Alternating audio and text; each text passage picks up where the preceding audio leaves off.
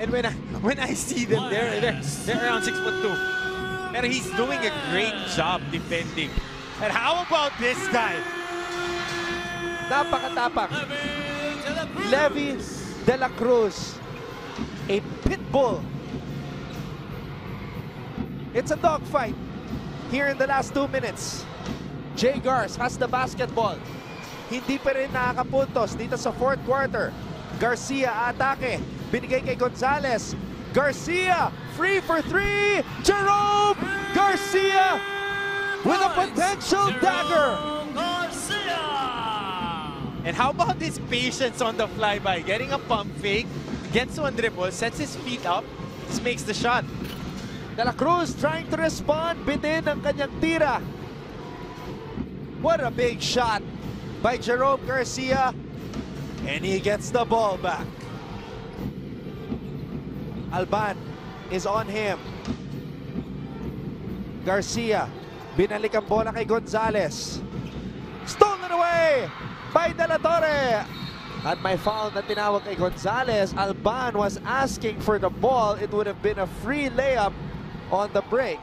At ang tawag dito, Anton, it's an unsportsmanlike foul. Ito yung 3-point shot ni Levi De La Cruz. Binawi ni Jerome Garcia. One dribble, set the feet up, knock that shot down. Now, here's the situation. An unsportsmanlike foul was called on Gonzalez. So this will boost Arellano's chances of a comeback here as De La Torre makes the first technical free throw. 2 for 2 on that trip to the line para kay De La Torre. Humihinga pa ang Arellano. Definitely. 55.6 seconds. Mahaba-habang basketball to, Anton. Limang possessions pa to, rather. De La Cruz and Arellano University in a must-score situation. De La Cruz, linabas ang bola. Alban, driving baseline. Ian Alban! Niluwa ng ring.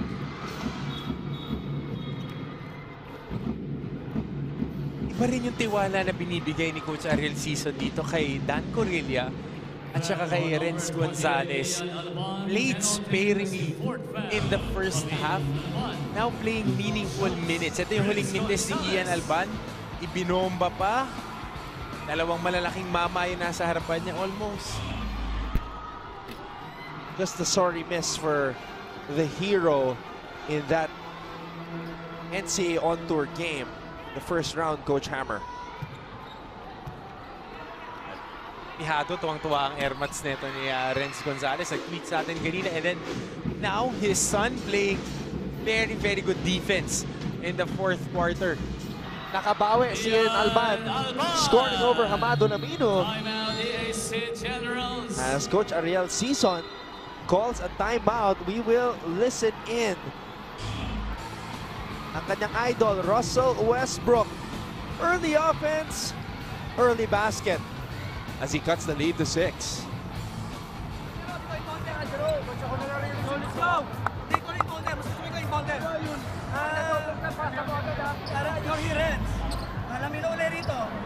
Jerome, dito ako magaling, Jerome, ha? Ay, sorry. Kenneth. You're here, JP. Look! Look! Downscreen Lamino. Kaya nga, di ka nga nasa corner eh. Nandito ko, kaya nasa ibabaw. Pag wala nangyari, JP! Pumunta ka sa corner. Sa'yo, mag-ingat ka sa double. Pag wala nangyari, ito, just protect the ball. Last shot! Last shot! Anton, ang pinaka-importante dito is yung inbounder. Dahil pag yan ang pinaka-delikado when it comes to the offensive side. Dahil pagkapasa, siya yung malilibre, malimit na malimit. This will be a very basic box inbound, down screen para dito kay Renz Gonzalez. Si CLC Lamino, pag wala, JP Maguliano will be going to the corner. Iniiwasan lang nilang matrap or mag-turnover. Amado Lamino. Ibabalik ang bola dito kay Garcia. Gives it back to the big HL. Amado Lamino makes his move. Nabitawan na bola. Here comes De La Torre and another foul on Gonzalez. That's what you don't want to do if you're the big guy. Dahil meron kang fresh shot clock, you don't want to put down the ball. You know, just set a screen or get a brush hand off to your best offensive option and don't force things. And on my unofficial tally, pangatlong tapik na yan sa kanya on the fourth quarter alone, Anton. Dalawang steal, ito na yung pangatlo. We have another timeout. Let's listen in. Ang inbounder si Ian. Okay? Ian. Mike. Dito ka, Mike. Archie. Okay, dito si Levy. Dito si Gilmer. Okay? Levy. Ha? Lalabas si Levy. Nasa screen si Gilmer. Okay? Diretso. Ngayon, pag-screen ni Gilmer. Space kayo dyan, ha? Elevator. Sanahan nyo ah. Elevator kay Gilmer. Si Gilmer yung nahanap. Bili lang ni Gilmer dito. Libre yan. Okay, let's go. Hey! Hey, basket! No steal! Foul! And watch this, Anton. Ito yung sinasabi ni Coach Junji, the elevator screen. A lot of teams are running this right now for De La Torre. Itinatakbo to ng mga coaches ever since Steph Curry and Klay Thompson really maximize those looks. De La Torre has only made 6 3-pointers this season, and Coach Junji was not happy with that pass to Michael Cañete. Dahil hindi naman kailangan i-pass yun. Dahil yung players that went off the script, you call a timeout for them to run a specific pattern. Yung elevator screen ni Cañete at Concepcion, inaantay natin yung dadaan si De La Torre sa gitna, isasara nila like an elevator door para malibre tong si De La Torre. But they freestyled on that one.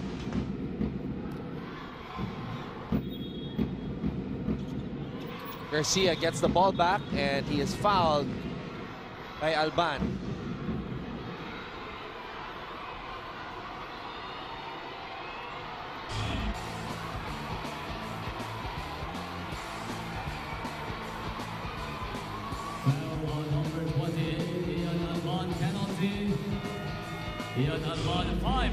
That's the 5th personal foul on Ian Alban, as Segura will return for Arellano.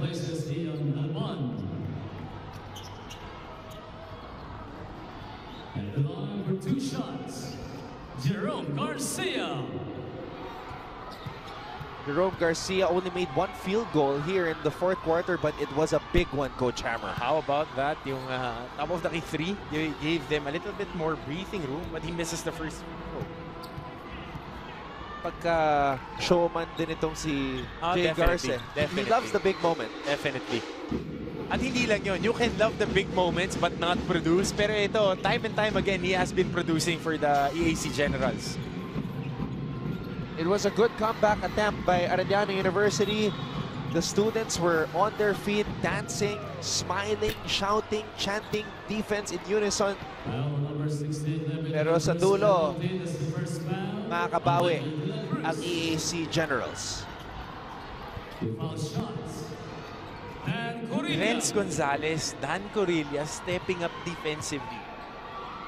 Especially nung nagrarun tong Arellano. They were there and they really played their heart out on the defensive side of the basketball. On the offensive side, it's a forgettable story. Ang sama ng tinira ng EAC when it comes to field goals dito sa ating 4th quarter. But they held on the other side of the basketball. Concepcion will drive, try to